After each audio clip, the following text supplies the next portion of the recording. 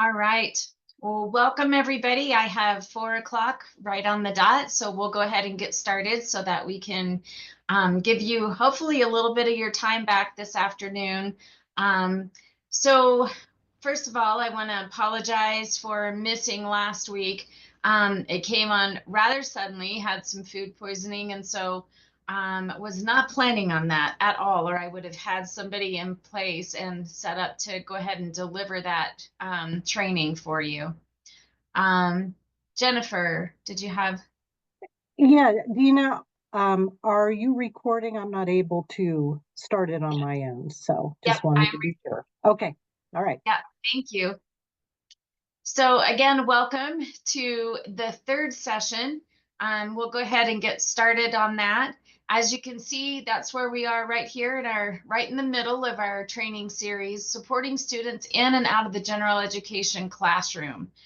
And so the session number 4, I moved to November 21st to accommodate this session so that we can just slide them down. I considered moving into December, but I didn't really want to do that, knowing that there would probably be a lot of Christmas parties going on in school. So wanted to get this ended by December 5th for you so that you can attend all those fun things for your kids or programs that might be going on. All right. So talking a little bit about those, anytime you have questions, make sure you're putting it in the Q&A. All these sessions, again, will be recorded, and you'll be able to capture those on the Wyoming Instructional Network, which has been put in your emails. If you're not receiving those emails, please send me a separate email. I know sometimes there's firewalls in your buildings that's not allowing them to come through. I keep getting them back, but there's no way for me to be able to continue to send them unless I can send them through your district email, unless you send me a personal email. Again, if you are seeking PTSB credit or STARS credit, it is required for you to attend all 5 live sessions. I do understand that the 21st was not a session that we had originally agreed upon. So I am allowing that session. If you cannot attend live that day, you may watch the recording, and I will send out the participation form in an email so that you can receive credit for all 5, because that would not be fair for you to not receive credit for that one. And then make sure that you are participating in all of the sessions, and that you do fill out that form. That will stop you from getting credit if you haven't filled out those forms. And then there will be a final form for you to fill out if you're intending to receive PTSB or STARS credit, so that I can gather all the information needed to move on for that.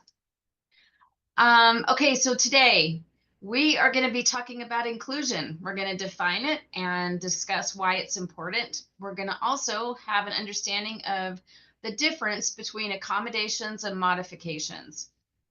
We'll recognize the need for student independence and fading those supports.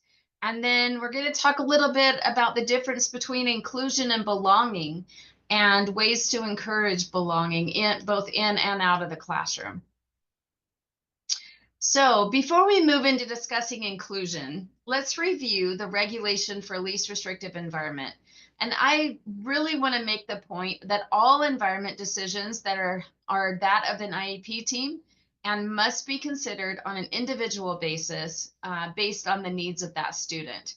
So as we see here, according to the Code of Federal Regulations, 300.114 to 300.120, 300.114 says it requires children with disabilities to be educated with non-disabled children to the maximum extent appropriate. That's an important part. And that removals from the regular educational environment occur only if the nature or severity of the disability is such that education in regular classes with the use of supplementary aids and services cannot be achieved satisfactorily. So we're going to kind of go back through this just a little bit. As you remember from before, we talked about that there's 3 maximums, and LRE is the only place you're going to see that. The first part is about supplementary aids and services to enable them to be educated. So, there's no way that they would be able to do that without those. So making sure to the maximum extent appropriate that they're provided those. Also, to the maximum extent appropriate, children with disabilities are educated with children who are non-disabled. We just read that part. And then to the maximum extent appropriate, children with disabilities are able to participate in extracurricular activities with children who are non-disabled. So it goes beyond just the basic classroom. And then as we look at that continuum, again, just a quick reminder, the general or regular classroom should always be considered first. When making a determination of a child's LRE, the team must determine that the child is unable to be educated, even with supports in a setting, before moving to the next setting within that continuum. So I want to do a quick little activity with you. This is a Slido activity, and I am posting, there's a QR code here. There's a link in the chat for you. You will need the passcode, and it's right here on the screen. And I will go ahead and type that in for you as well, so you can just copy and paste that right in.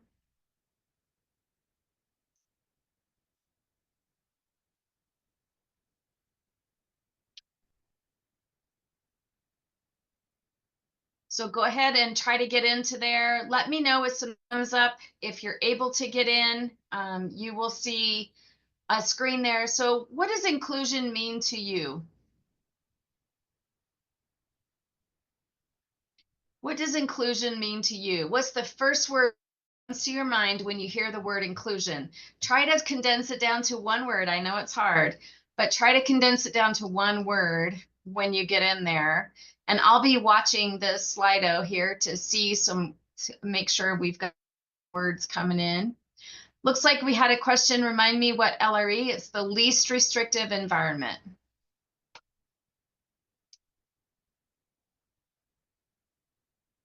We'll go ahead and give you just a couple on this, and then I'll present it so that we can see what kind of words we have coming in. I love it.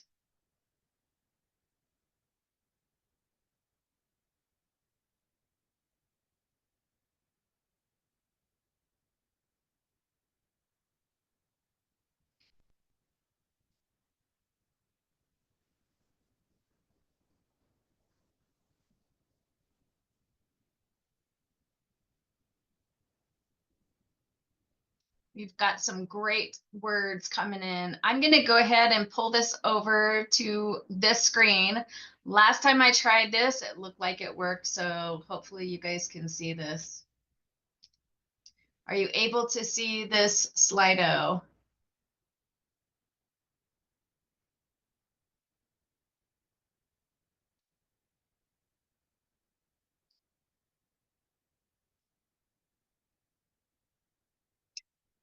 So as you can see, it's kind of like a word art or the word cloud. As soon as more times that, each time that a word's been put in, it gets bigger and bigger the more times it's put in. So it looks like at first togetherness was in there, and now it's included is our biggest one. So it looks like included, together, togetherness, accepted, structure, equality. There's all kind of wonderful things going on here. Belonging. We're going to actually talk more about that. I love it. Participate. Definitely some great things. Full participation. Yeah, collaborate. Accepted. I love it. All right. Let's see if I can click out of that. There we go. So thank you so much for participating in that. I think it's important to see like what you feel like inclusion is and what it means. So here's a definition from the IRIS Center from the Vanderbilt University, and it says inclusion involves supporting students with disabilities through individual learning goals, accommodations, and modifications so that they are able to access the general education curriculum in the general education classroom and be held to the same high expectations as their peers. We're going to talk a little more about that too. Before I jump into this video, I just want to say that, you know, being in inclusion does not mean that a child has to stay in that general education classroom for the entire time.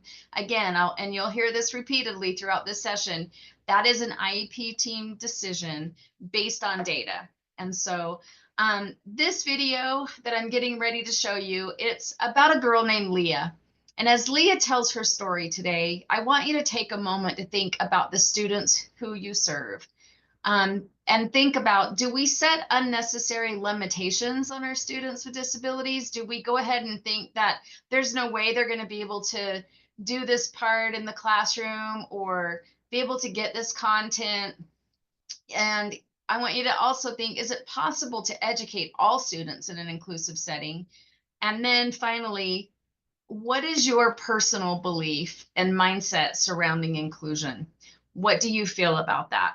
So I'm going to go ahead and start this video. Jennifer, please let me know if something's wrong. We have tested and retested to make sure hopefully you can hear all the videos this time. So let's see.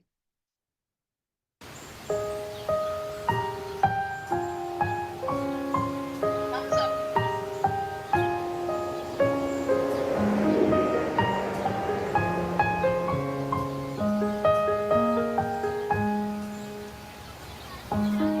Once there was a girl named Leah. It was her first day of school. She was about to go with all the other kids. But a signpost stopped her. You're going the wrong way. Here, follow me. She went into a special class. Why do I have to learn here? Leah asked. Because you are special. And this is where your special path starts. Come. See, when you grow up, you have your special friends. You have your special job. And you live in your special house, safe and protected from the world. But I'm not special. I'm Leah, the girl said. I don't want a special house. I want a house like everybody else. And she started walking back. I don't want a special job. I want a job like everybody else. I don't want just special friends. I want to be friends with everybody. They finally got back to the start. And I don't want to learn in a special class. I want to learn with everybody. Well, I guess you should go that way then, said the signpost. But remember, it might not be easy, you know. Leah looked at him. Who said that easy is better? She smiled and went to the school with all the other kids.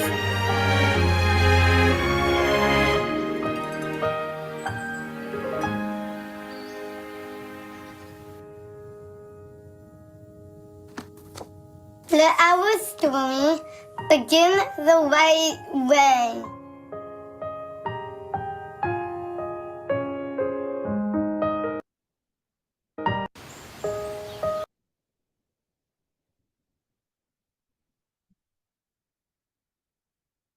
All right. That video, I have watched it numerous times and it gets me every time. What a great reminder that sometimes we put limitations on kids when they really want to be with their peers. As we see here, research shows that students with disabilities, and these are different things that it does. Students with disabilities you'll see on the left and students without disabilities on the right, the benefits. And it says, inclusion involves supporting students with disabilities through individual learning goals, accommodations, and modifications so that they're able to access the general education curriculum in the general education setting and be held to those same expectations. This compelling body of research shows that students with and without disabilities benefit both socially and academically from inclusion. Some of those benefits are that the students with disabilities, you can see it improve their academic performance, more time spent engaged in academically challenging curricula. Many times, if they don't have that opportunity to be in the general ed setting, they're not getting the expert teacher and from, knowing their expert in their content in an expert way. And so there's studies have shown that it really drastically improves their knowledge base. And then students without disabilities, you'll see here that not only did it improve their academic performance, it also improved their social behavior. And a lot of that is dealing with incidental benefit. When there's different things going on in that general education classroom for the students with disabilities, the differentiation, the peer tutoring that may be going on. Because as we know, anytime you're teaching something, you're learning it a whole lot better than if you're just, soaking that in. And so those peer tutors are huge. And then, of course, increased patience with anyone who learns differently. And those friendships that are built are so dynamic and important for both kids. Both sets of kids, whether they have disabilities or not. A few years ago, we gathered a state leadership team for early childhood inclusion, and this team was created, and the team brought in some training, and model sites were set up by Sherry Britt Williams and Katasha Williams from the Inclusion Institute at the University of North Carolina, Frank Porter Graham. And so I just wanted to share a little bit with you about what's been going on in early childhood in the child development centers and in some of the districts for early childhood. This was the vision that the team came up with. It says, Wyoming envisions a future in which all children are safe, healthy, nurtured, and prepared for the successes and challenges ahead of them in school, the workforce, and life. All families are supported, stable, and economically secure. They help their children explore, grow, and learn in safe and nurturing places. And the final one, communities and the state collaborate to align resources, programs, services, and policies that maximize outcomes across family supports, health, and early learning. I'm going to go ahead and share the mission with you in the next slide, but I want you to take a look at this vision and see whether you're in a child development center or you're in a district. I'm just wondering, is there anything here that might be different that you couldn't capitalize on for inclusion for the older kids? I couldn't think of any. All right, the mission says, our mission is to develop and implement model programs demonstrating high quality inclusive practices that support successful engagement and outcomes for young children and families in Wyoming, including children with or at risk for delays with disabilities. The state leadership team is committed to examining the system from the practice level to the policy level through a purposeful implementation science approach in order to develop a sustainable, replicable, and effective infrastructure. And I can tell you that these things did start happening. There were 3 model sites chosen, and there are more model sites coming on. And so as we start earlier with our early childhood kiddos and in full inclusion, I can't tell you the impact that it's going to have as these kids start coming into the districts and having already been with their peers. Because as we talked, if you have a child who has a speech impediment and can't say their R's very well, it would not make sense to put them just in one classroom with a whole bunch of children who have language issues and articulation issues. It's not going to help them very much. And so I think that it's the same way with inclusion. It's going to really push them to, they're going to want to model their peers. These are some practices I'll go ahead and share with you. Again, this was coming from Frank Porter Graham at UNC in North Carolina. But again, they hold true in all levels. If you're teaching in a middle school, a junior high, or a high school setting, I think you can definitely take a look at these and see what could apply in your area. I will say this work does continue to grow, and if you are interested in more training or learning more about this, or even becoming a model site, please contact Kim Kaler, and I will put her contact information in the chat here in just a little bit for you. But you can see here the 4 categories are environment, family, instruction, and interaction. The first one being environment. And here we see, of course, this is definitely more like a preschool classroom, right? But the environment category focuses on the physical, the temporal, and social features related to where the learning takes place. And as you can see here, there's many different materials used, the sequencing and scheduling of activities, the routines there are going to make a difference of how these things are placed, just like in any classroom. No matter what level you're teaching. An inclusive environment should be designed to minimize physical barriers, provide appropriate materials and resources, and foster a sense of belonging for all children. You know, I have seen some really beautiful things when I've gone into schools and some of the child development centers where, you know, when they have a child may not be in a wheelchair, they may need to get down on the floor and crawl around. And they've made their environment to where that child could fully participate in all the activities. And we'll talk a little bit more about different accommodations in just a little bit. When we get to family, sometimes we forget that the family, sometimes we definitely know that the early childhood folks, you know, a lot of times they have families coming in a lot more than you do in a district. However, families are just as much involved and should be in their child's education, no matter what level, you know, clear up through the high school setting. In fact, studies have definitely shown when parents start pulling back their support, you know, you can see kids, it starts affecting those kids and their belief about education.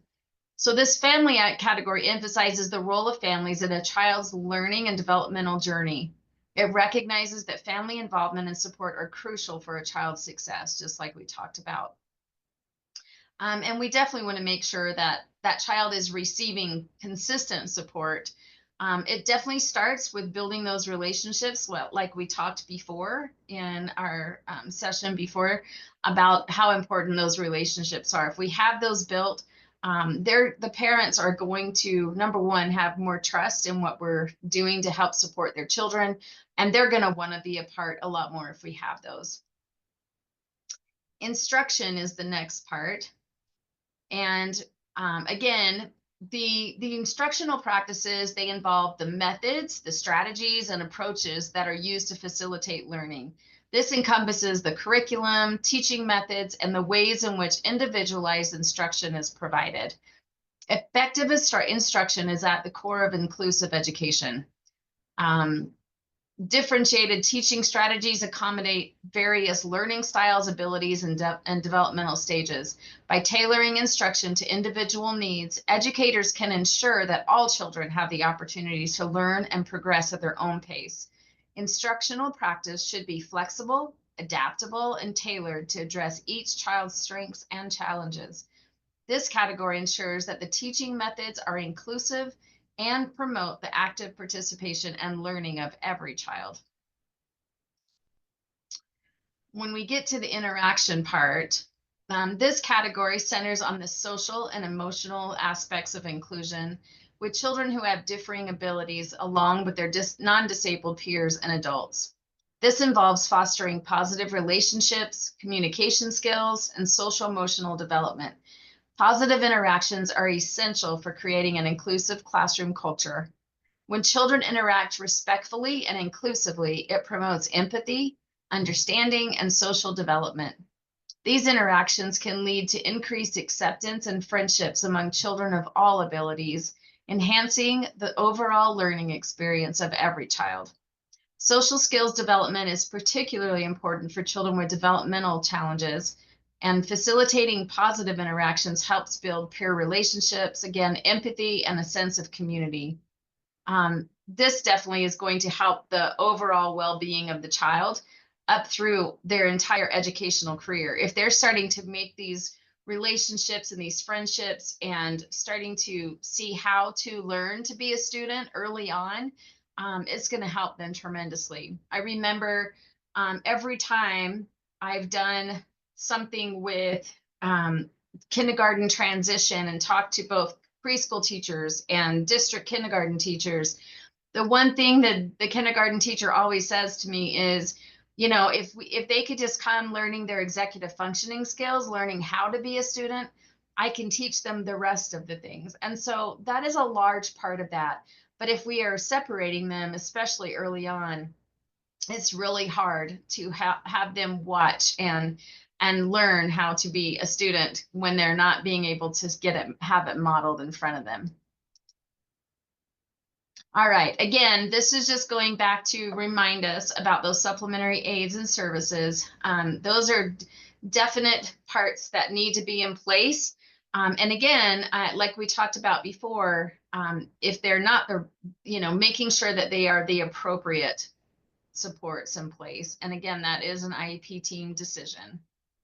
So when we talk about supports, part of those supports are the supplementary aids and services include accommodations and modifications. And I'm sure you've heard these words before. Most of you probably already know what they mean, but just in case you're not aware, we're going to talk about what those are and the difference between them. So take a look at this picture. What do you notice about this picture?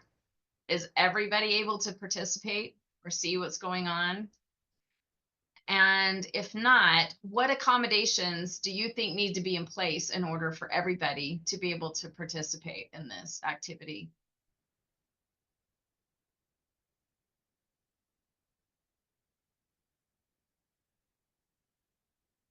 I know many of you are in schools today, and so watching as a school. I hope you'll take a second during the break to discuss some of these things.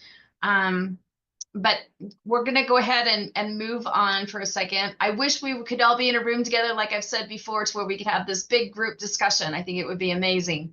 And maybe one of these days we're going to make that happen and have everybody come together. So let's take a look at this side of the picture. We've got, what difference do you see? Can you put it in maybe the Q&A or in the chat? Are you able to put anything in the chat? What do you see?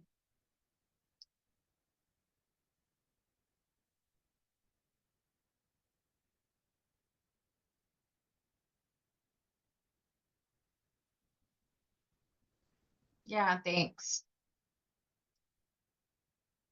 Becomes equal.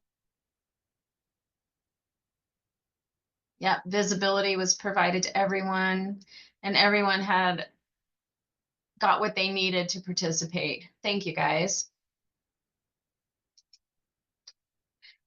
So when we talk about accommodations, we're going to look at 4 different kinds of accommodations. Presentation, which is how students receive their information, responding, how they show what they know, and then the setting, that environment and how it's made accessible, and then scheduling and how the times and schedules might be adjusted. Just for sake of time, I don't know that we're going to have time to go through all of these, but they'll be on the slide, so you'll get these. And I want you to know, of course, these examples are not an exhaustive list of all accommodations. There's a plethora of ways to address each type of accommodation and modification. But I do want to point out a few.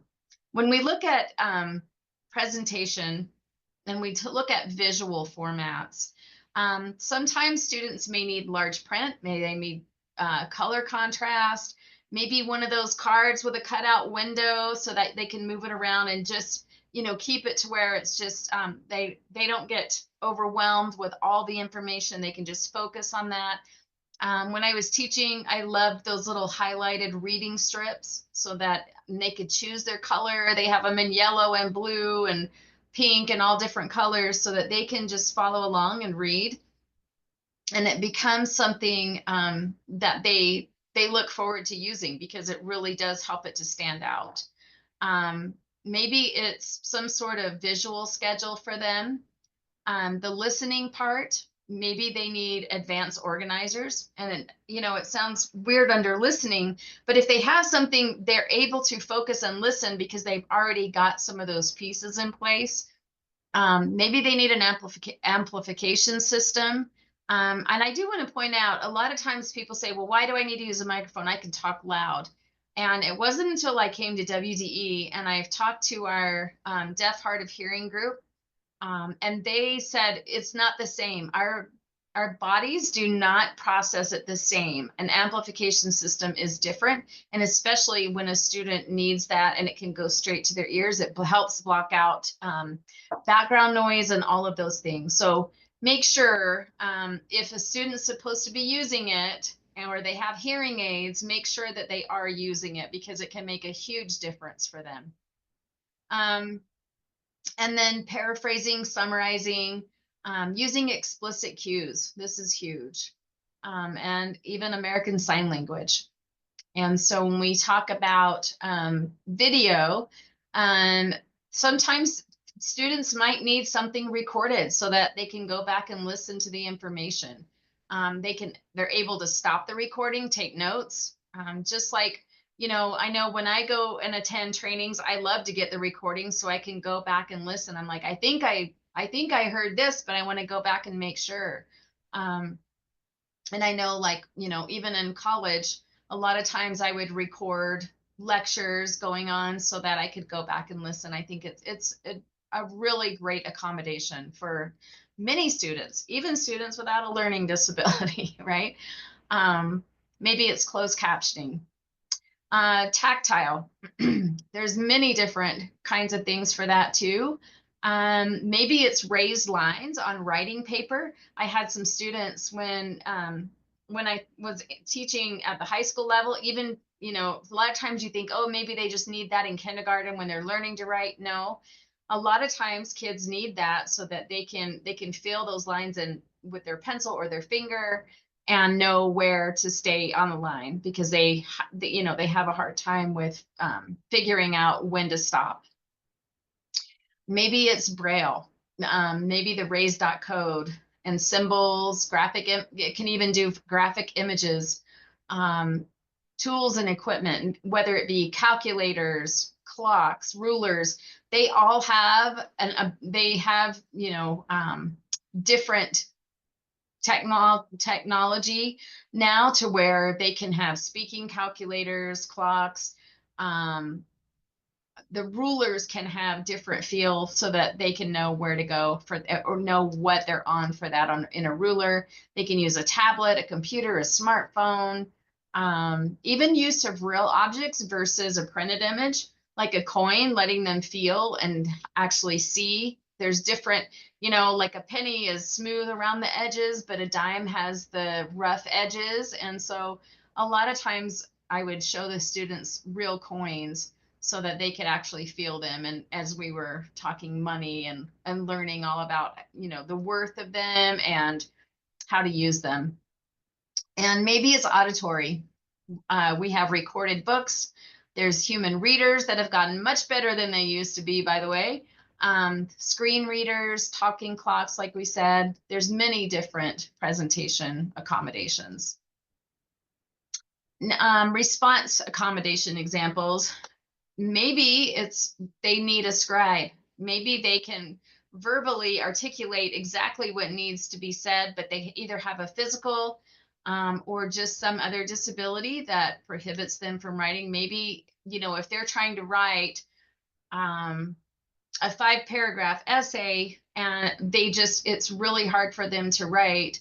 And maybe they are not able to use a computer or speech to text for some reason.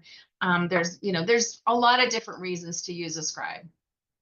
As you see here, word processor, computer, they have so many different ways that students can access this, whether it be a touch screen, a trackball, a mouse stick, or a head wand.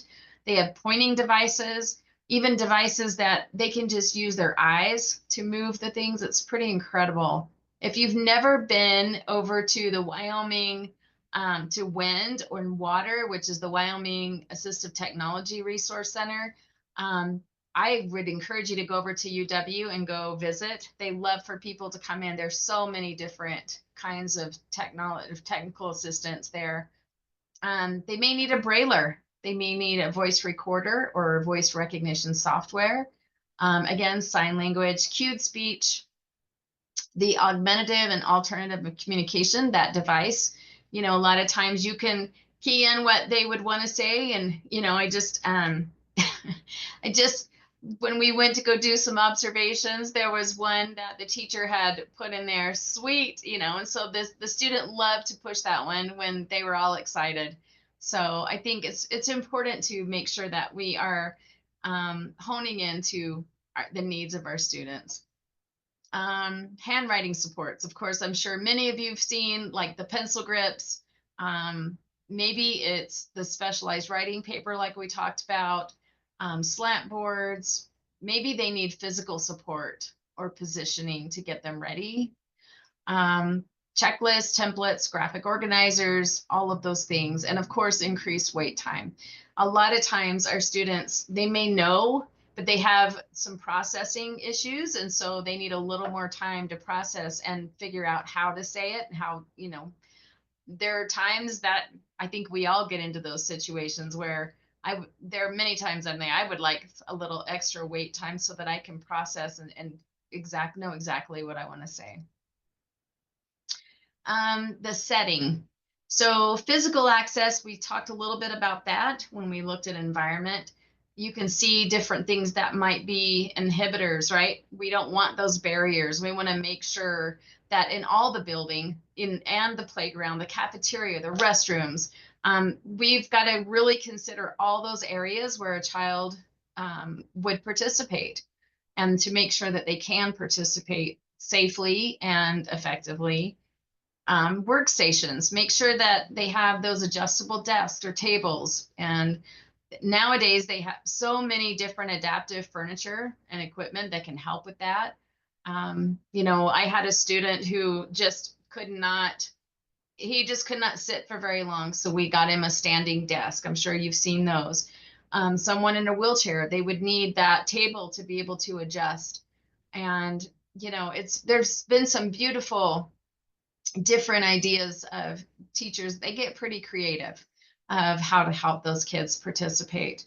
Maybe it's preferential seating, especially those kiddos who have a hard time paying attention or with behaviors. You want to make sure they're close by and close proximity to that teacher or to a para, to someone who can help out in a moment's notice. Those acoustical treatments, making sure that it can diminish background noise. Even the lighting, I didn't put that. Oh, there is special lighting on there. Sometimes I know I do not like the lighting, a lot of times in these buildings. And so we had put covers over them for our kids because the lighting can be have a huge effect on them. I know a lot of times for behavior or anxiety, different things, they will dim the lights. They'll also make sure that kids who are easily distracted, they're not sitting to where they can look out windows, or sit over to where they can look at all the fun things. And so, just making sure that that they have the right placement for them in that room.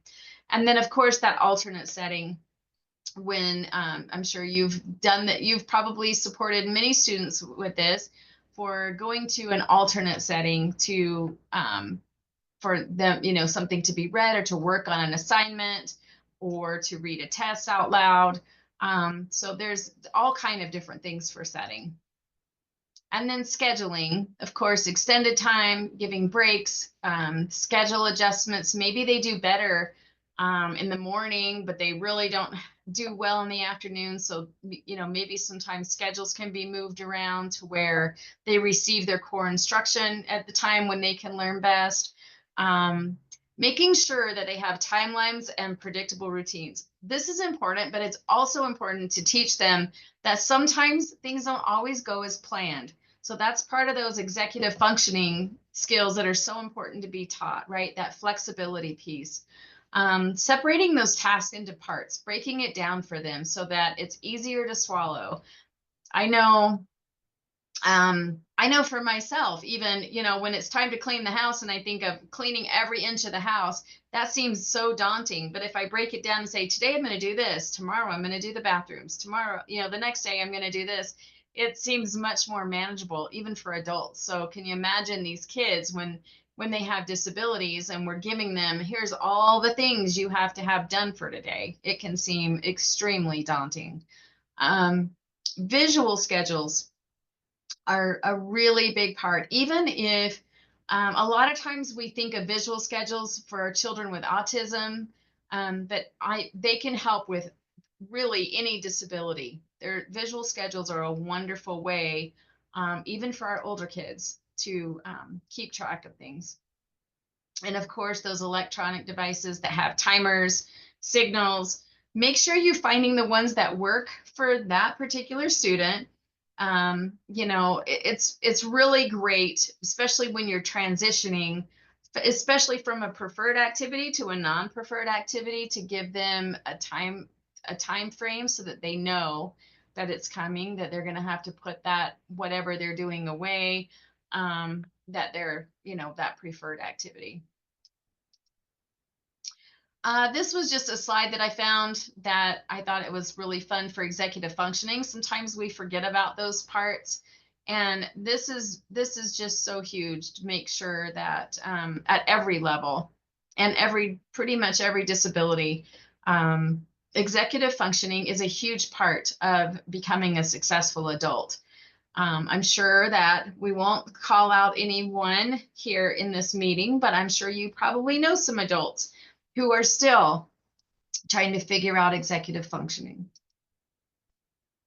And I put this on here just so that you know that a lot of times, I remember early on when I was teaching, we provide all these amazing accommodations in the classroom, and then we get to the state assessment, and there are many accommodations that cannot be delivered during that time because it would negate the test.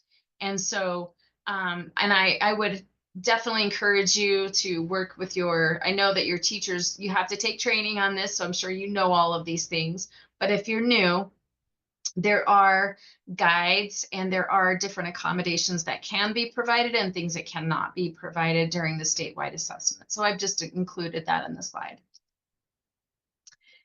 So when we look at accommodations versus modifications, the accommodations, I love this slide. When I found this, I thought this is honestly the best way to describe it. Accommodations change how a student accesses instruction and demonstrates proficiency. They do not change the learning expectations at all. However, modifications do change what the student is expected to learn. So their course or activity expectations are modified to meet the needs of the student. When you are changing curriculum, at that point, you are now messing with the trajectory of whether that child is going to get a certificate or a diploma. And so it's really important to make sure that if it's in a child's IEP, that they're receiving accommodations that we're not modifying, because that can change their trajectory. It doesn't mean it will all the time, because things can be in flux and be fluid throughout an IEP, throughout a child's educational career and IEPs, depending on where they are. But we do want to make sure that we are only providing accommodations if that's what's in the IEP. Okay. I'm going to go ahead and play this video, and then we're going to be just a little over for our break, but we'll go ahead and take a break right after this video. She will help row the boat.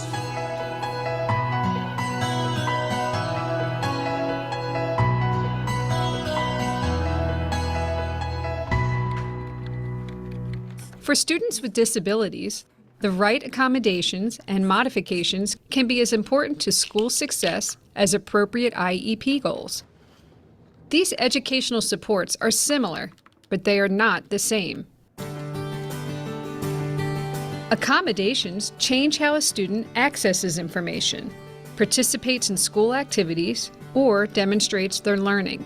They do not change the curriculum. Modifications, however, change what is being taught or what a student is expected to learn and demonstrate. I only need you to do the circled problems for me. Accommodations can be made by adjusting the amount of work a student must complete, allowing extra time, Just go ahead and turn your paper in. Okay, you can go ahead and keep working. You've got about 5 more minutes. adapting assignments, Alex, I have your shapes here. Good. providing extra assistance, or changing the physical setting. Let's do one more page today. There is no one set list. Because each child is unique, the IEP team must identify specific strategies to help your child succeed. For example, presenting a few math problems at a time may help a student who is easily overwhelmed. Another student might benefit from short breaks, or being allowed to finish an assignment at home.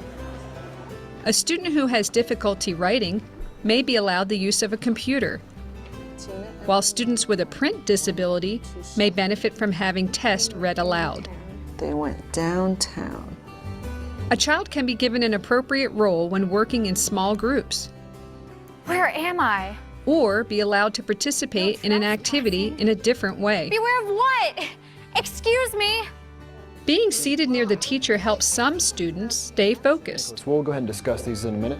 and assistive technology can support a wide range of needs. And if you need me, you can raise your hand and I'll come and help you. All right? In addition to accommodations, it is sometimes necessary to modify the curriculum. For example, when the class is learning how to tell time, one child might be expected to identify only the hours. While the class is working on vocabulary and spelling, another child may work from a shorter list or focus exclusively on the meaning of key words. Insects with 8 legs.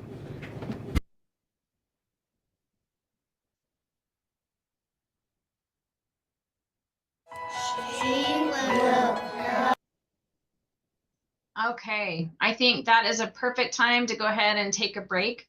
Looks like I have on my clock 4:47, so let's come back at 4:52. Go ahead and take a few-minute break.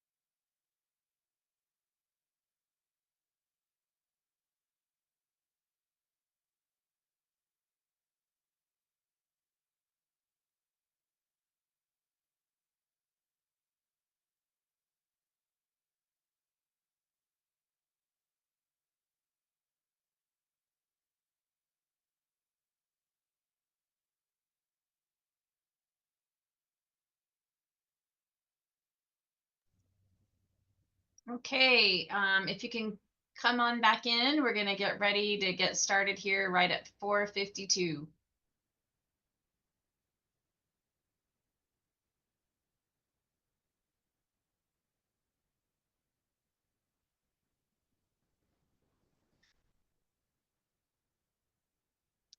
All right, I have 4:52, so we'll go ahead and move on.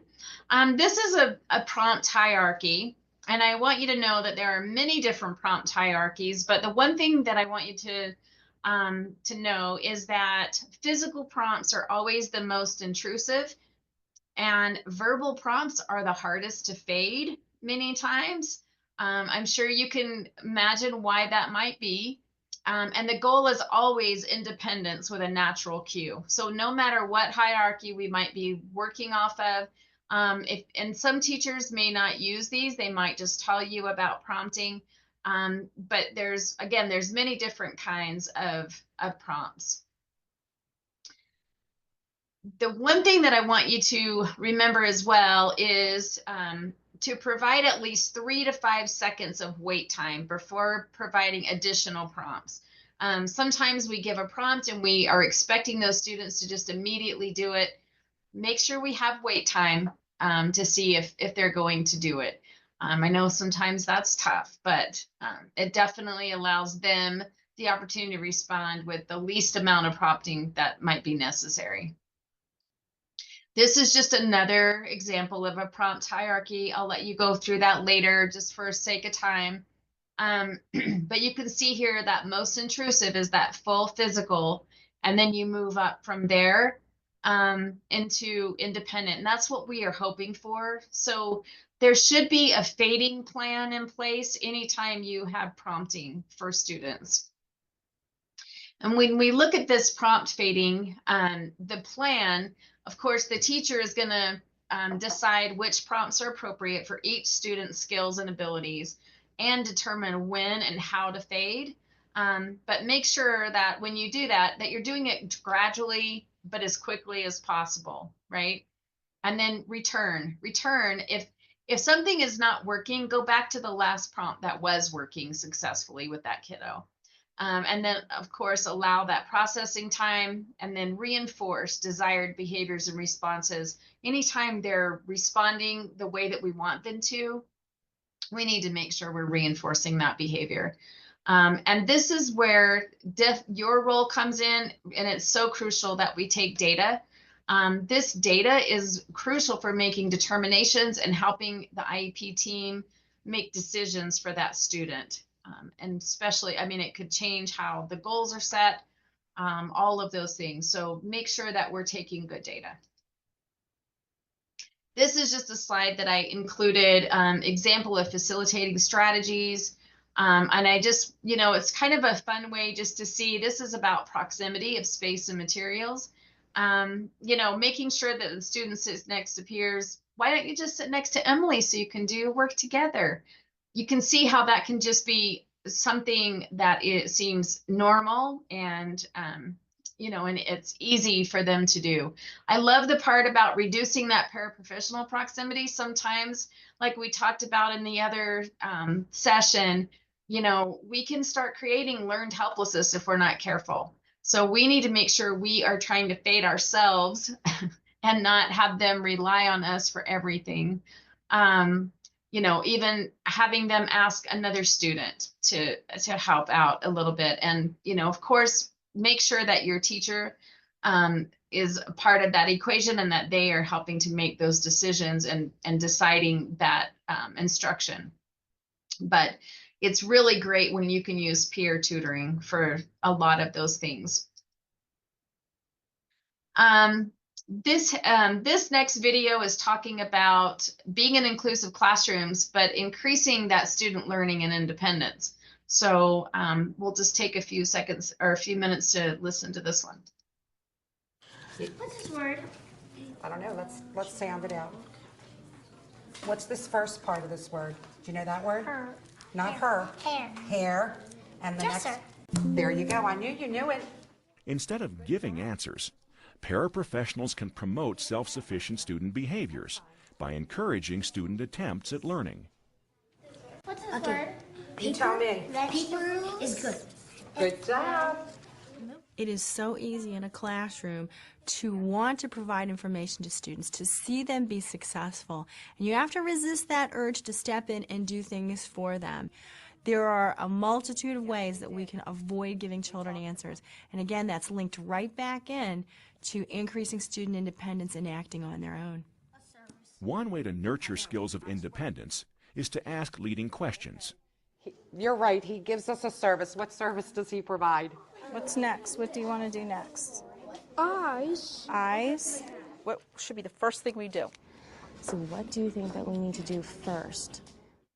What should you do first? What's next? And what else are examples of simple questions that can lead students to thinking on their own.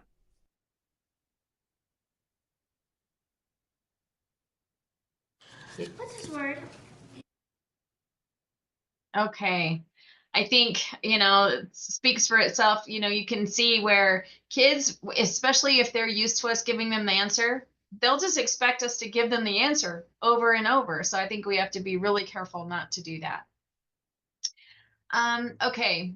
So inclusion practices, of course, they're under a supervision of a supervising teacher, but you definitely support inclusion. By offering individualized academic and behavior support, you model appropriate behaviors. That's huge. I know that sometimes we think that they may not be watching. They do. They watch how we are reacting to things, even in the classroom, while that gen ed teacher is teaching, or maybe the resource teacher is teaching. If the para is checked out, it's easier for those kids to be checked out. So please model those behaviors that we're expecting our kids to do. And adapting materials. Many times the teachers will have you do those kind of things, and providing in support and movement, especially in the classroom. If a child is having communication difficulty or movement, you're definitely going to be needed to do that. And then, like you just saw before, facilitating those peer interactions. Many times they just don't know how to do that, especially our kiddos that have social issues, and they don't know what to say or how to do things. And it's really nice also to let those children who without disabilities know how to engage. Sometimes they might be a little nervous to do that and not know exactly how. So it really does, you are the buffer. You're that person to bridge that relationship. Making sure that you, of course, provide the appropriate amount of support to enable that child to have the access to general education. And so, and always looking for how we can maximize the student's independence along the way. This is just a reminder of those categories. Oh man, did we go back the wrong way? Hold on one second. Sorry, give me a second here.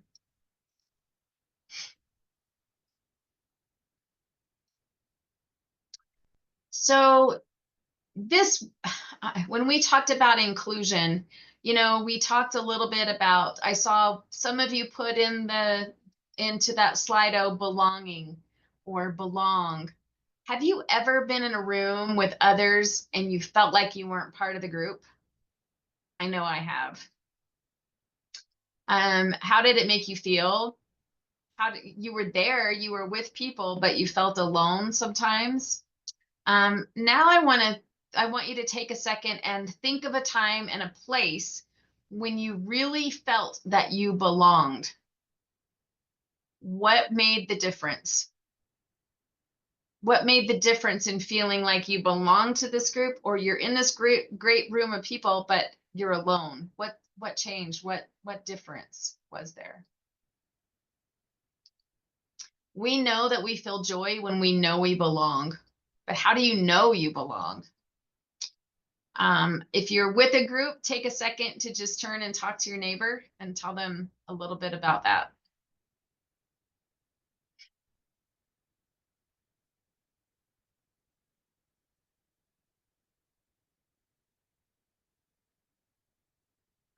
While you're thinking about that, I now want you to turn and think about the students who you serve. within your building.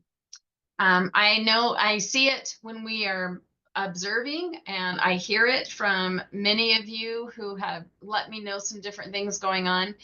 We know that there's more challenging student behaviors. We know that there's attendance issues that have risen nationwide, especially after COVID. We know that we're seeing low levels of motivation and student engagement.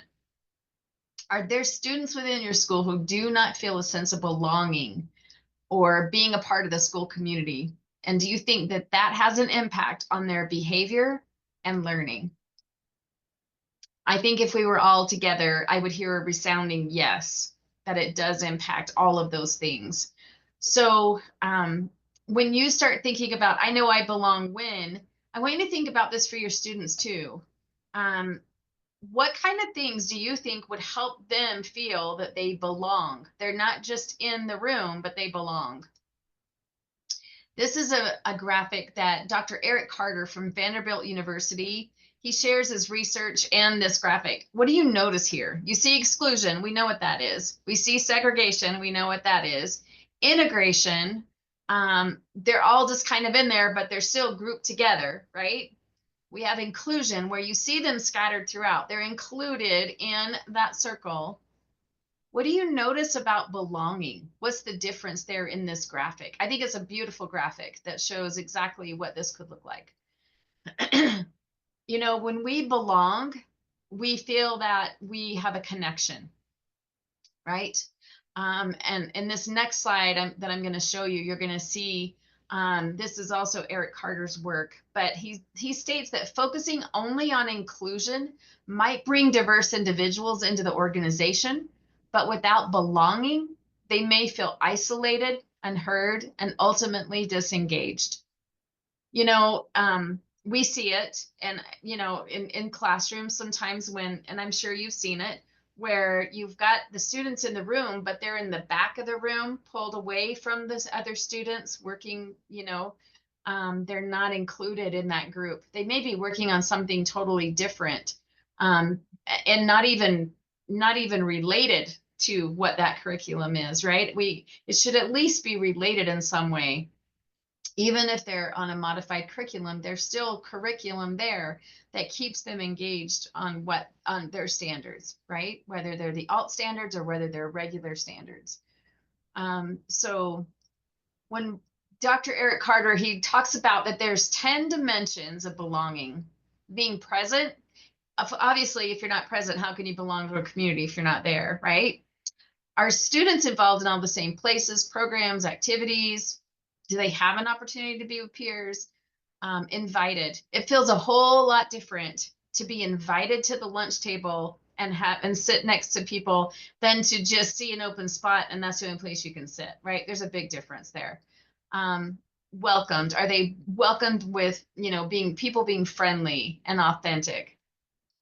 Kids know when someone's not being authentic, trust me. Known. Are they treated as unique individuals and recognized for their strengths and appreciated for who they are? Are they accepted without condition and viewed as equals and for what they can bring to the table? So it's so great when you start seeing that these kids, they really do start recognizing all of these wonderful things about our children with disabilities. Are they supported? Did they receive those supports that they need to fully participate and participate, not just participate, but participate meaningfully in all aspects of their life and at school?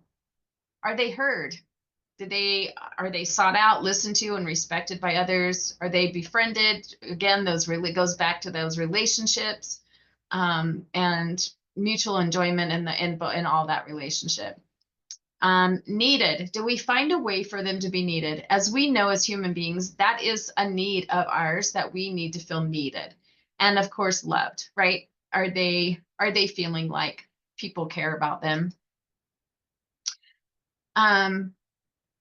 If you have a chance, go check out Eric Carter's work. He's got some really great things in there. But I'm going to move on. This is a video, Jennifer Franks. I know today's kind of been a little bit about Down syndrome, but I want you to know LRE should not be determined by category, such as autism, cognitive disability, emotional disability, or any other disability for that matter. LRE should not be determined by a category. Inclusion is an option for any student whom the IEP team has determined is an appropriate placement with the appropriate supports in place. And again, there are times, I'm not saying that every single child needs to be in the gen ed classroom 100% of the time. There are times when those children need to be pulled out for different things to receive instruction. There's specially designed instruction, whether if it can't be delivered in that general education classroom, sometimes it can't be. And so, but definitely the LRE should never be determined just because of a category. Many students with autism we've seen be extremely successful in the gen ed classroom, and some with little supports. So I think we need to be careful not to limit our expectations of them based on the category. All right, so here is this video with Jennifer Franks.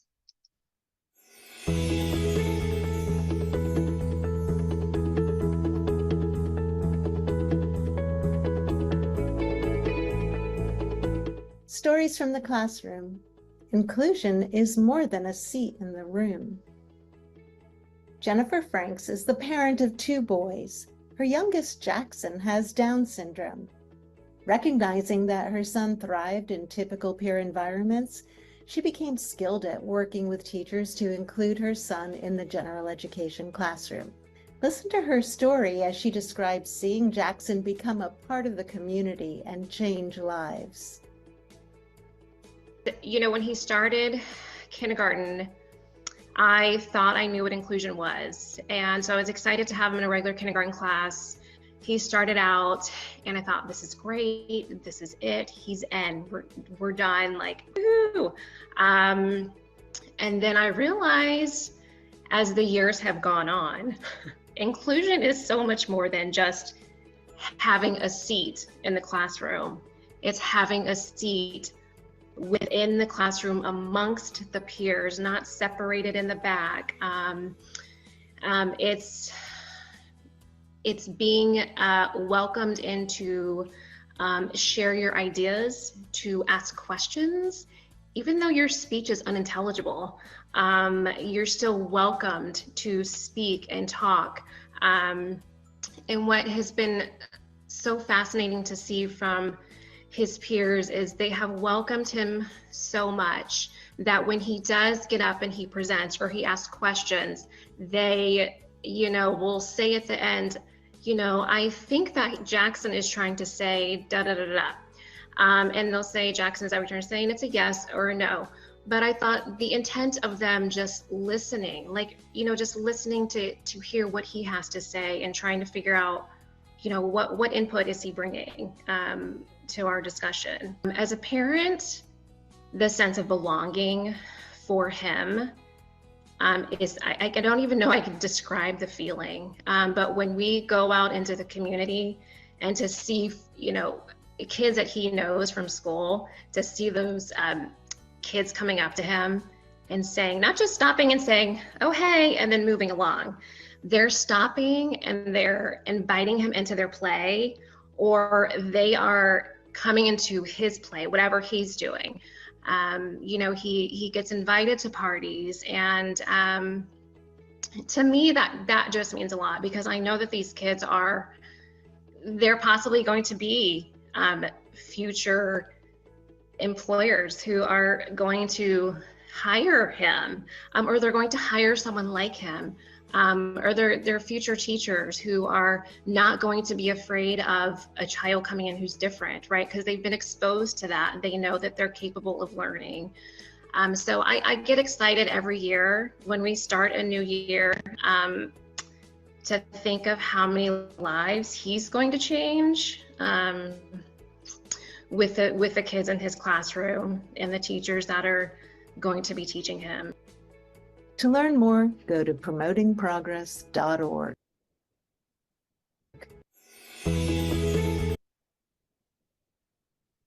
Okay.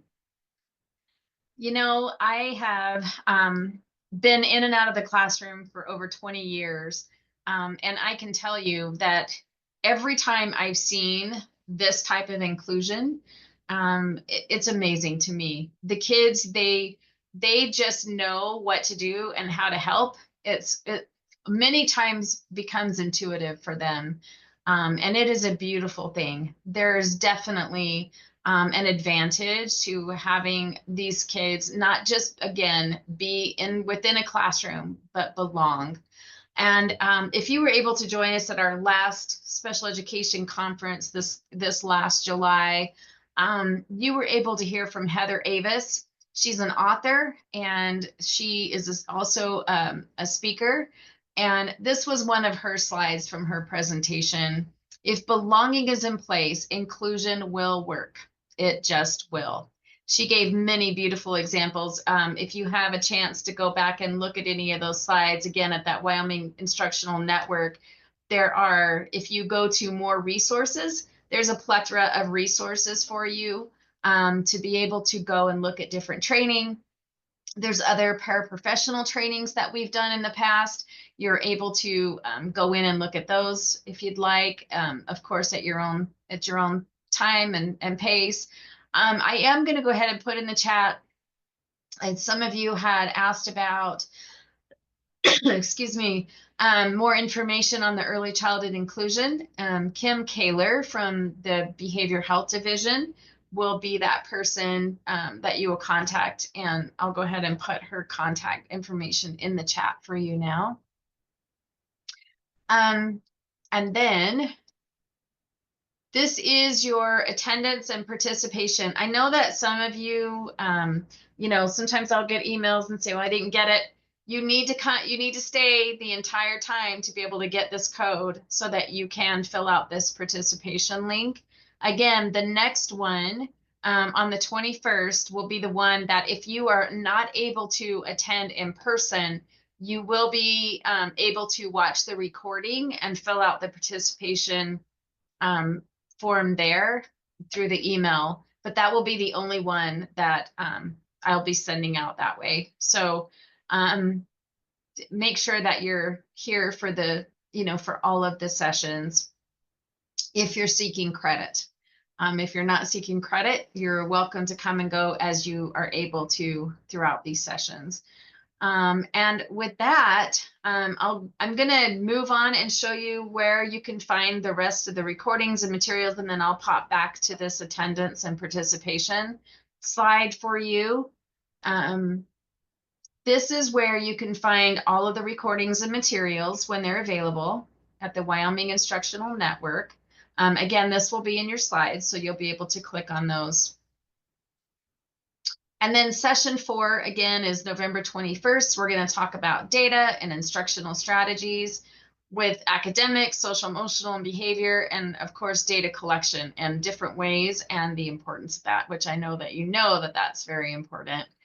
But I just want to say thank you so much for being here. I know that you have had a very long day supporting these kids in our classes, and I thank you for that and for taking your time out of your day to be with us this evening and away from your families. If you haven't made it home yet, I hope that you will travel safely, and I will go back to that slide so that you can get that participation, the QR code or the link, either way. Jennifer. That was just what I was going to mention, Dina. Some people are saying they can't get the QR code to work, but I see you have a link up there that they could take a picture of and then type it into their computer and enter the information into that form. Thank you. Yeah, thank you. I'll put it in the chat as well so that you can just copy it from there.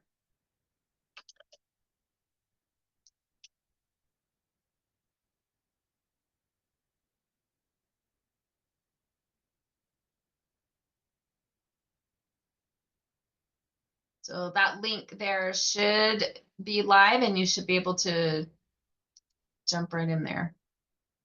I'm going to try it. And it does. If you go to that link, it will take you right there.